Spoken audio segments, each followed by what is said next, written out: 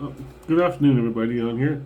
Uh, Welcome to another show here today. Before we do that, let me actually introduce myself to you guys out here because I don't think you know me. You see my videos, I got 80 followers. You guys really don't know me, so I'm going to tell you guys what I do. See, I'm a Canadian, Canadian TikTok creator. Uh, I got over 11,600 followers on TikTok, which is fantastic. Don't get me wrong. I'm also on Clapper.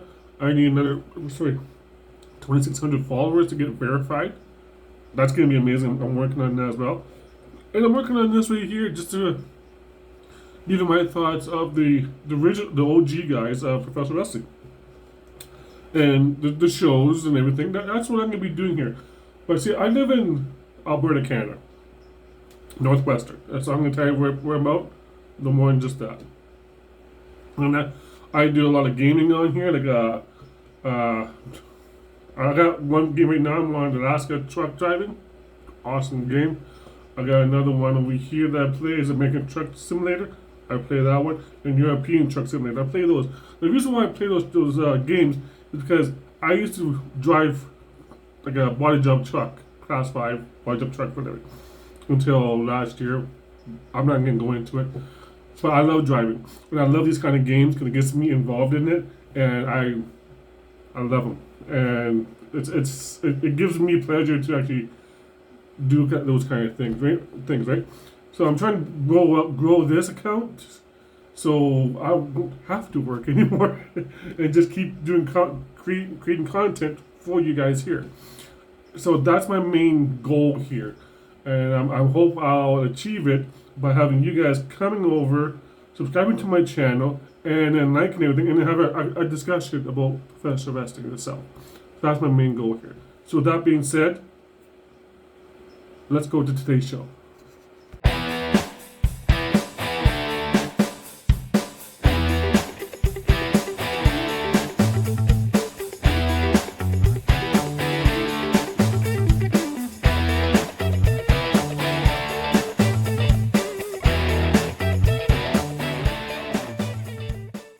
You may have seen on my thumbnail, we are talking about Jake the Snake Roberts.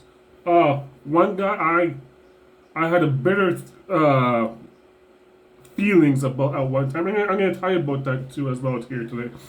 But the way Jake Roberts came into professional wrestling, he was actually a referee, and I firmly believe on this because I'm OG, right?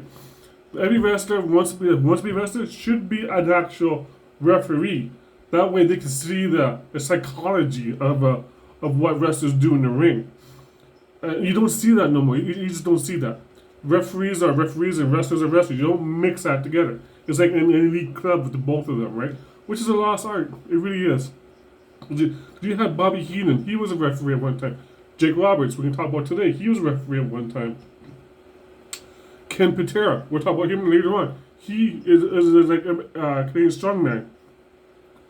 Great wrestler. We'll talk about him. But there were so many that even Jim Ross, let's take Jim Ross here too, for instance. He was a referee before being a broadcaster. That should be the groundwork for every kind of wrestler that wants to join the sport of professional wrestling or entertainment, whatever you want to call it. Like when you break into the wrestling business, when you go to the indie scenes, you should apply to be a referee. That way you know how things work. That way you know down the road, you're like, hey, I like this. I want to continue my career as being a wrestler. But then some people be like, hey, I love being a referee. I don't get hurt every day. I do the 1, 2, 3, talk to the guys. That's it. Awesome. And that's the way it should be. But that's the way it was back then. But you don't see it in the way it is right now. Now, a little known fact that you should know about Jake Roberts is his father was also a wrestler. Now, for those of us who are OGs, we know. But for the younger fan base out there, they don't know.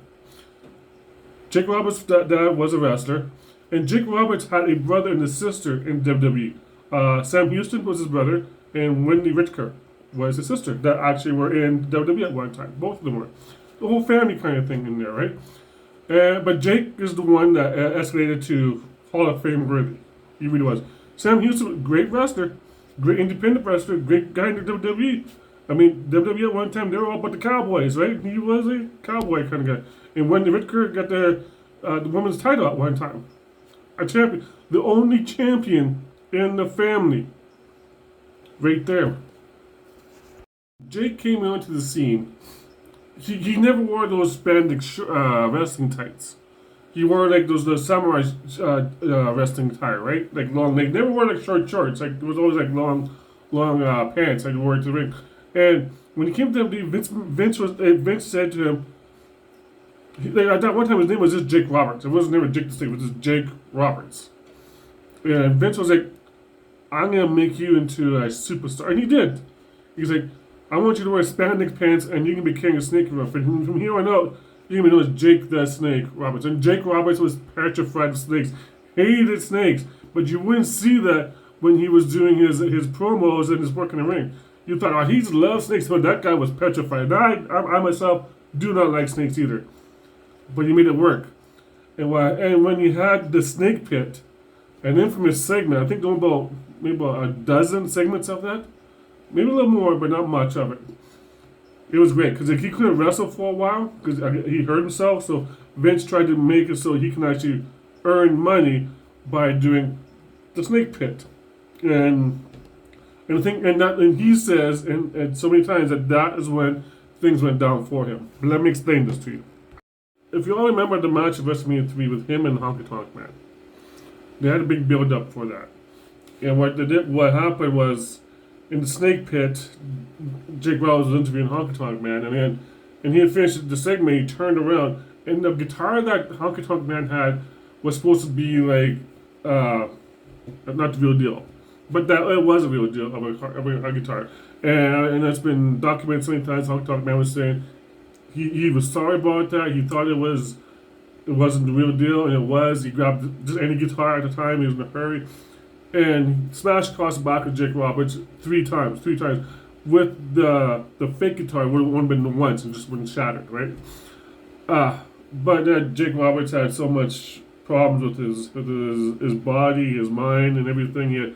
He was ever since then he was on drugs, and you can't really blame all that on one incident, but he did for the longest time.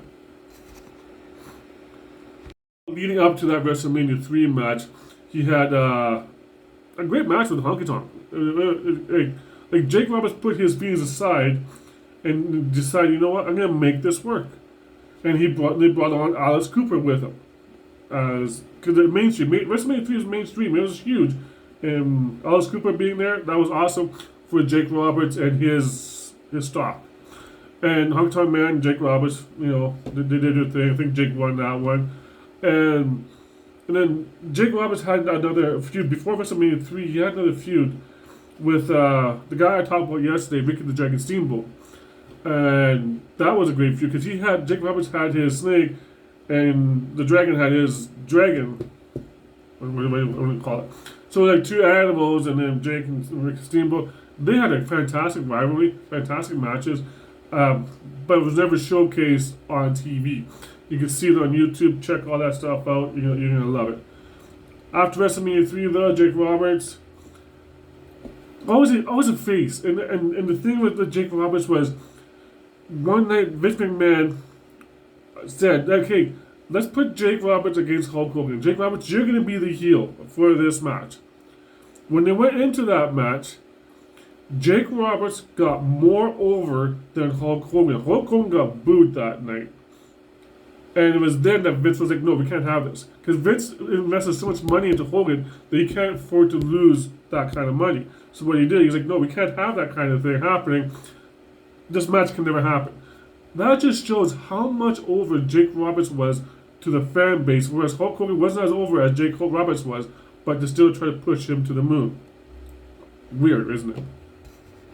He had numerous matches. He had matches with Ted DiBiase, the $1 Million Man, at one time. He was a $1 Million champion. He took the title, put it in the bag of snakes, and he was pretty good to go. Had another feud there with Ravishing Rick Rude. That was a fantastic feud that they had. It was on the SummerSlam event. Check that out down there. If you have Netflix Raw, you can check it out over there as well. He also had a feud with one of his best friends in the business was Andre the Giant, the late Andre the Giant. Um, and he even said that Andre didn't know his strength. And what he would do is Jake would lay on the mat, for instance, he would lay on the mat, and Andre would yank him, but put his 2 feet on his hair and yank him up by his head, just yanked up. And Andre would laugh so hard, and Jake was like, "What the hell, man?" Right? And those two had the best chemistry ever. You know, and they had their match at WrestleMania. Big John Studd was the special guest referee. I'll leave that to a future other video. But yeah, Jake Roberts had that feud, and he was still a face. Going to WrestleMania 7, he had a match with Rick the Model Martel, the first ever blindfold match. The first ever one that was successful was the blindfold match. And if you want to watch a really good event, people, watch WrestleMania 7 from start to finish. Every single wrestler was on that. I mentioned in my past video. Awesome pay-per-view. I think it's one of the best ones out there. WrestleMania 7. Vince was trying to make him go heel. And how can you make somebody go heel?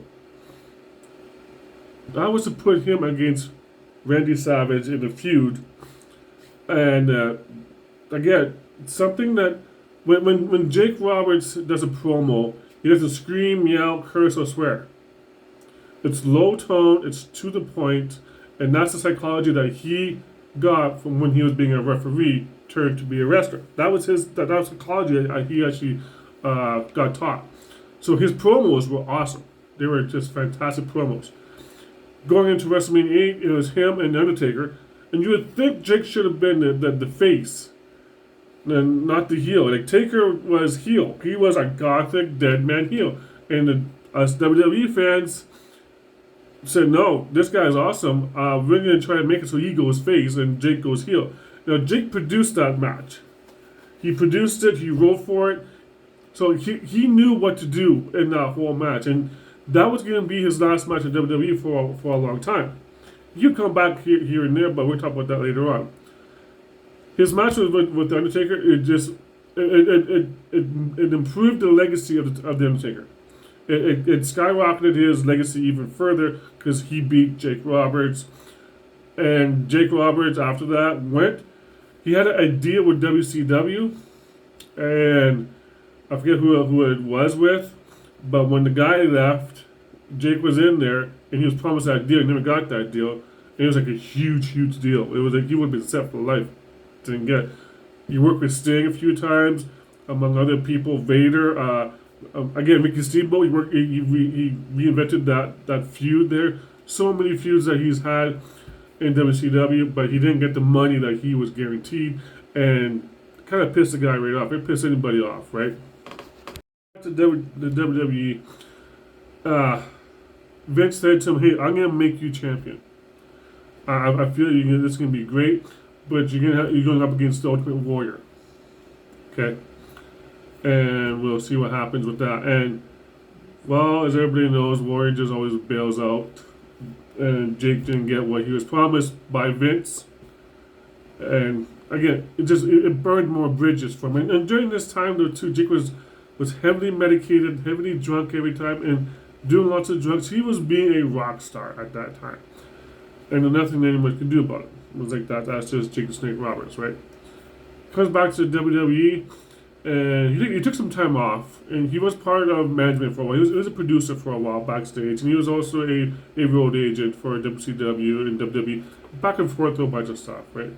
When he came back, he came up with the gimmick of he's been saved. He's religious. He's good. That's great. That is fantastic stuff. He came back. He had a WrestleMania match with it was him, Yokozuna, and Ahmed Johnson, I believe, versus Vader and Rich Bulldog and Owen Hart. And if Jake and his team won, Yokozuna would have 5 minutes on Cornette. They actually didn't win, but Cornette didn't get squashed. So then you go into the King of the Ring. Let's go into the King of the Ring there with this one. The infamous King of the Ring with him and Steve Austin. I thought Jake was going to be king of the ring that time. He'd been king of the serpents. It'd be kind of cool, right? They had different plans. Go with Steve Austin. We all know what happened with that. Austin 316 was born. Also, if you don't know, watch that PLE or pay per view, whatever we call it. In the 2 minute opening the doors every time, Matt and Jeff Hardy. That's who that was over there. And I'll do something of them later on down the road. So what Jake did now, he went to another feud with Jerry the King Lawler. And before this match, this is what turned me off with Jake Roberts for the longest time. And Jake, if you see this, it is what it is, right? He came to my town and he was doing like a meet and greet kind of thing, you know. There was like a big breakfast buffet. Everybody was eating all that, talking to him and everything. It was a great time, right? It was the day before Survivor Series with him and Lawler and that whole feud, the liquor and all that stuff. I find that just very disgraceful for anybody to actually do, but they did it. I went up to Jake. I didn't have any autographs, like any pictures of him. He didn't even bring any. So I had these little library cards. I'm like, can you just sign this for me? And he looked up at me, and with a disgust look on his face, and just signed off, and that was it. I was like, well, thank you for that. You know? He didn't have anything there at that time for me to sign. I would have bought one of his pictures and said he could sign this or a t-shirt, because he didn't have any of that stuff. But I think it was like a last moment kind of deal. And that's what happened. And then, yeah, I got turned off by that one on that part. Do I still like Jake? I still like Jake. To this day, he's pretty cool. Again, he went in the Hall of Fame. It's fantastic news for Jake Snake Roberts. I appreciate that for WWE to do enough for him. Went to AEW. I think he's still in AEW. He's doing some great work there with some groups. I'm not a really good fan of AEW, so I don't really watch that much, but I know he's over there. Good manager. He's doing good. He's doing great. He made a few appearances in WWE here and there. I think he made one appearance when the Shield was around. He came out, put the snake on Dean Ambrose, aka John Moxley. That was pretty fun stuff. He's been in some of the Royal Rumbles, but now he's retired basically. You know, I saw him on the Chris Elite show there a few months back. He's on an oxygen tank and stuff. You know, when he was in the hospital last time I heard about him. Good friends with DDP. Him and DDP are really very good friends. But yeah, Jake Roberts he is one of the legends. I mean, if you really want to cut a really good promo, I'd advise anybody to go and watch all of Jake Snake Roberts' promos that he's ever done and learn from that. You don't need to scream, curse, and holler. Just regular tone. This is what it is. This is what I'm going to do to you. This is what you're going to do to me. This is what's going to happen. And at the end, I'm going to be the better man, not you. Basically what it comes down to. But it's too bad that he didn't have like the Intercontinental title. Would have been great around him. But at that time, and in WWE as well, you didn't need a belt to get over. You know, and that's why Hogan had the belt so many times, because he couldn't get over without the belt. He couldn't. It wasn't going to happen. That's why he became to make a 5-time WWE champion, because he couldn't get over with the fan base. Jake Roberts did. He didn't need a belt. It would have been nice. The paycheck would have been great. Don't get me wrong. But he didn't really need it. And I'm happy for him on that part. I'm happy for him to say that. I didn't need to be champion, but I wanted it. Just even for like 2 or 3 months, it would have been great. And I think if he would have been champion when he beat Hulk Hogan the first time, things would have been changed. Things would have changed dramatically. But it's Vince McMahon's playground. You play in the sandbox. Don't like it, and get the heck out, right? But yeah, there you go, guys. My take on Jake Snake Roberts. Like I said, a great wrestler, great entertainer, a Hall of Famer. Love it. And I will see you guys in my next videos tomorrow, where we will talk about some other OGs, maybe some other pay-per-views. Who knows? Till then, we catch you later. Have a good day and stay safe.